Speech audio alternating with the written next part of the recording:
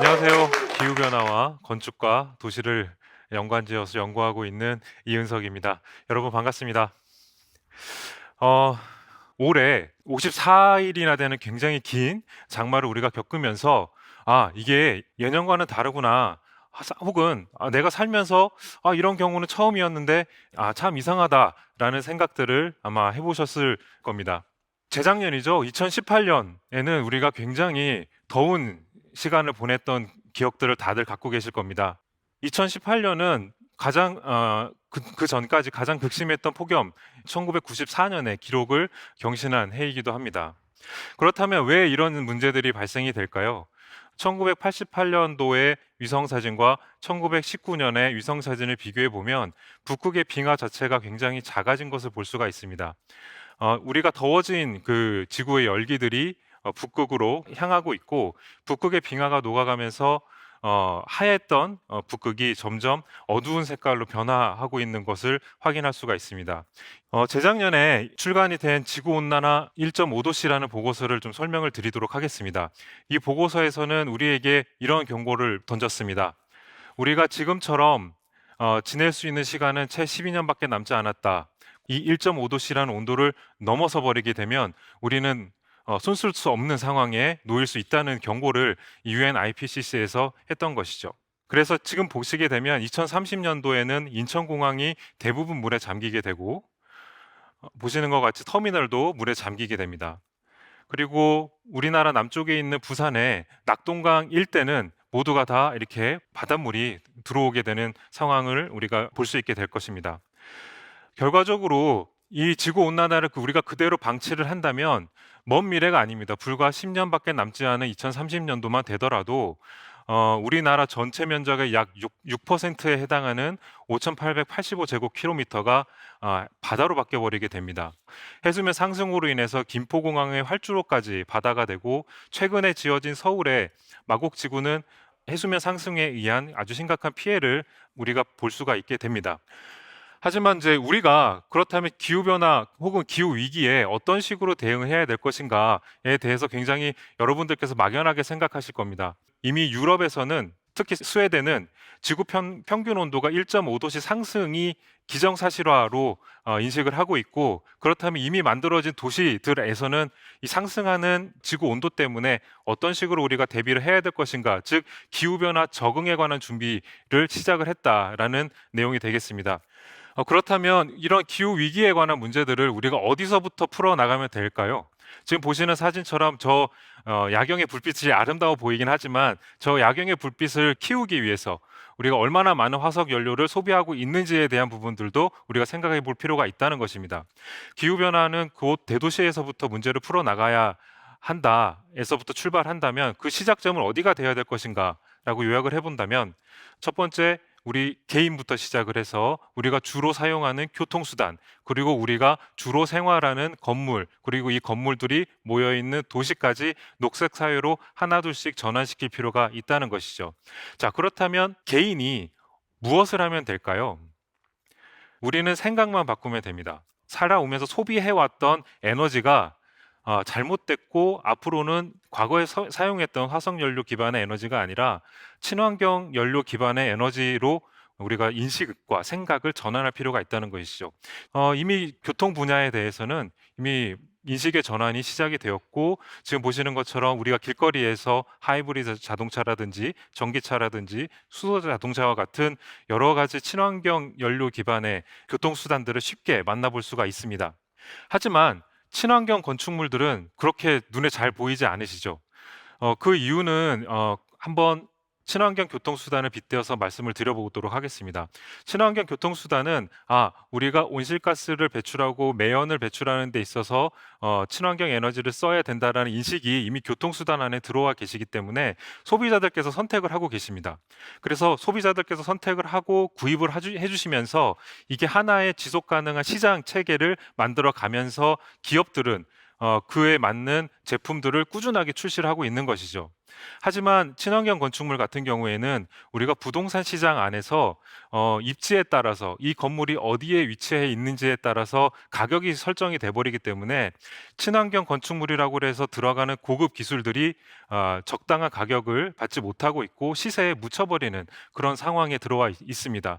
그렇기 때문에 우리가 인식을 전환함에 있어서 필요한 부분들이 내가 살고 있는 건물이 친환경 건축물인가에 대해서 한번 생각을 바꿔보실 필요가 있다는 것이죠. 그렇다면 친환경 건축 시장이 지금 많이 활성화되고 있지 못하는데 그럼 기술이 부족한 거 아닌가? 우리나라 기술이 부족해서 시장이 많이 형성되지 않은 거 아닌가라는 반문을 하실 분도 많이 있을 거라고 봅니다. 하지만 결코 그렇지 않습니다. 이미 우리 국가와 정부 차원에서 20년 전부터 꾸준하게 친환경 건축물과 관련된 기반 기술들에 대한 투자를 꾸준히 해왔고 녹색 건축과 제로 에너지 건축과 같은 여러 가지 친환경 건축물에 대한 기술들을 기반 기술들을 갖추고 있습니다. 우리가 친환경 건축으로 굉장히 앞선 나라라고 생각하는 독일의 건축물만 비교해 보더라도 에너지 자립률이 거의 유사한 수준까지 올라와 있다는 것을 설명드릴 수가 있습니다. 그렇다면 조금 더 큰 건물로 확장을 해보면 어떨까라는 개념을 한번 비교를 해보시죠.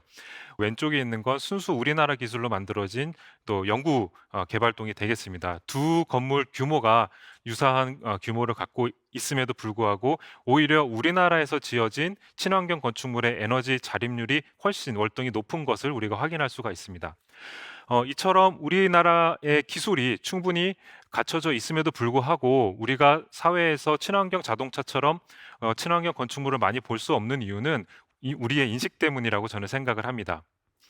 지금 여러분께서 건물을 사시거나 아니면 임대를 하실 때 지금 제가 보여드리는 이 친환경 마크들을 꼭 기억해 주셨으면 좋겠습니다. 여러분들께서 이 건물이 이런 인증 마크들을 갖고 있는지를 부동산 중개하시는 분께 여쭤보시는 것부터가 우리가 친환경 건축물들이 시장이 확대가 되고 그리고 소비자들이 시장에 들어오면서 친환경 건축물들이 좀 더 시장이 활성화될 수 있는 큰 출발점이라고 저는 생각을 합니다. 여러분들께서도 잘 알고 계시겠지만 이런 전통 건축물들을 보시게 되면 오랜 시간 동안 꾸준히 기후와 환경에 적응하면서 지역 고유의 모양들을 갖추고 현재까지 내려왔습니다.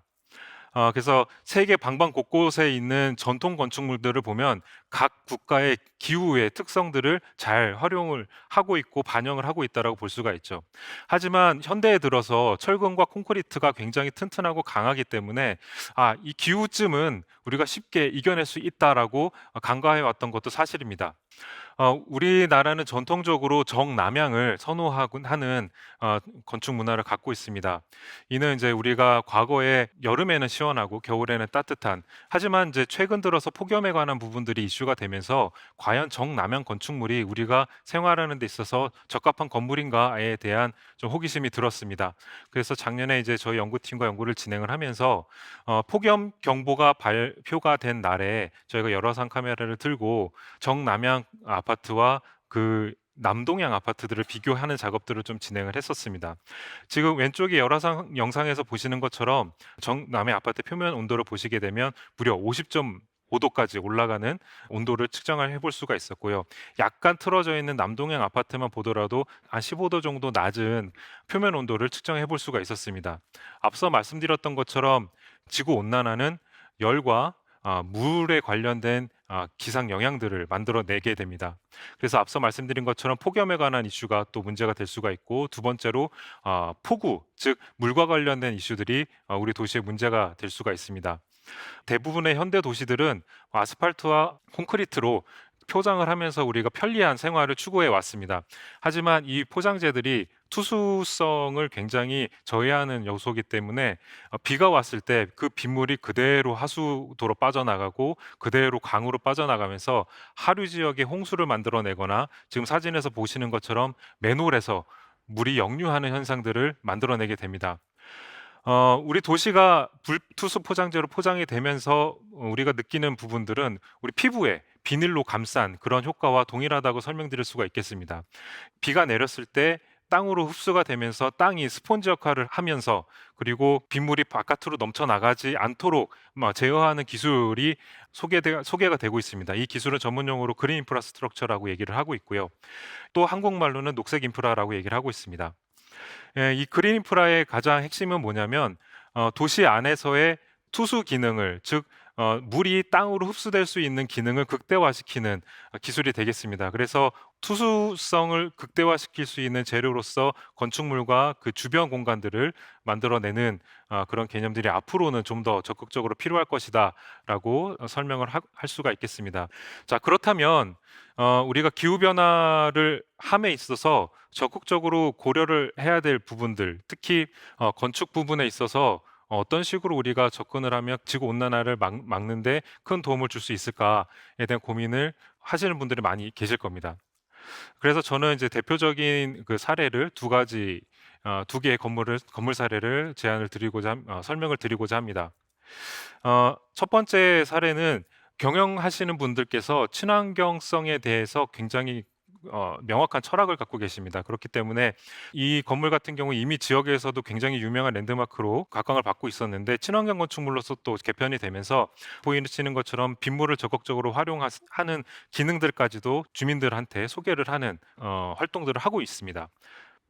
외부에서 들어오는 여러 가지 열들을 우리가 충분하게 차단을 하는 기술들이 적용이 된 사례가 되겠고, 이 건물 같은 경우에는 기존 건축물 대비 약 26% 정도의 에너지를 절감시킨 리포팅을 하고 있습니다. 특히 이 건물에서 우리가 주목해야 될 사실들은 리모델링을 할 때 철거를 하는 과정에서 나온 폐기물까지도 다시 건축 자재로 활용한 부분들은 좀 주목해 볼 만한 사실이 되겠습니다. 두 번째 케이스로 서울에 있는 C사의 사옥을 설명을 드려볼까 합니다. 이 C사의 사옥은 그린 리모델링을 해서 제로 에너지 건축까지 끌어올린 사례가 되겠습니다. 지금 왼쪽에 보이시는 그림처럼 에너지 유출이 굉장히 많았던 이제 근린 생활 시설을 오른쪽에 보이는 그림처럼 그린 리모델링을 했고요. 그린 리모델링을 하면서 적극적으로 에너지를 생산하는 기능까지도 포함을 시켰습니다. 그 결과 이 건물 자체에서 에너지를 생산하는 비율이 20% 이상이 됐고, 기존 대비 에너지 절감 효과, 에너지 소비량이 약 60% 이상 줄어들었다고 합니다. 특히 이런 식으로 우리가 신재생 에너지와 친환경 에너지원을 썼음에도 불구하고 이 안에서 생활하는 우리 직원들의 편익도 굉장히 쾌적함을 느끼고 있다라고 설명을 해주고 있습니다. 만약에 우리가 지금처럼 아무런 노력을 하지 않고 지구 평균 온도가 그냥 올라간다고 한다면 2030년 즈음에는 약 평균 4도 정도 올라갈 수 있다라고 얘기를 하고 있습니다. 그렇게 될 경우에 지금 보시는 그림처럼 한반도의 서쪽 해안가를 시뮬레이션한 내용이 되겠는데요. 우리가 최선을 다해서 지구 평균 온도를 1.5도씩 상승하는데 우리가 제어를 할 수가 있다고 한다면 대부분의 지역들을 우리가 지켜낼 수가 있다는 것이죠. 위기라고 하지만 아직은 시간이 좀 남아 있습니다. 그래서 과거에서부터 지금까지 우리가 열심히 경제 활동을 하면서 화석 연료를 소비를 하면서 지구 온난화에 기여를 해왔다고 한다면, 앞으로 남은 이 10년 동안 두 가지의 갈림길을 앞으로 만나게 될 것입니다. 이 그래프는 현재까지 우리가 온실가스를 배출해 오면서 지구 평균 온도가 상승하는 그 곡선을 그린 것이고요. 2020년을 기준으로 해서 우리가 두 가지 갈 길로 나눠질 수 있다는 내용을 담고 있습니다. 즉 우리는 앞으로 크게 두 가지의 갈림길에 서 있다라고 정리를 해드릴 수가 있겠습니다. 앞서 말씀드린 것처럼 첫 번째, 우리가 기후 위기를 적극적으로 대응하기 위해서는 인식의 전환이 필요하고, 두 번째, 우리가 교통수단과 건물을 선택함에 있어서 친환경적인 에너지원을 사용하는 자동차와 그다음에 건축물들을 선택하면서 우리가 시장을 열어가는 활동들을 우리가 주력해야 될 필요가 있다라는 것입니다. 그래서 최대한 우리가 노력할 수 있는 만큼 노력하면서 우리 후세들에게 지금 지속 가능하고 아름다운 지구를 물려줄 수 있기를 기대하면서 오늘 강연을 마치도록 하겠습니다. 네, 감사합니다.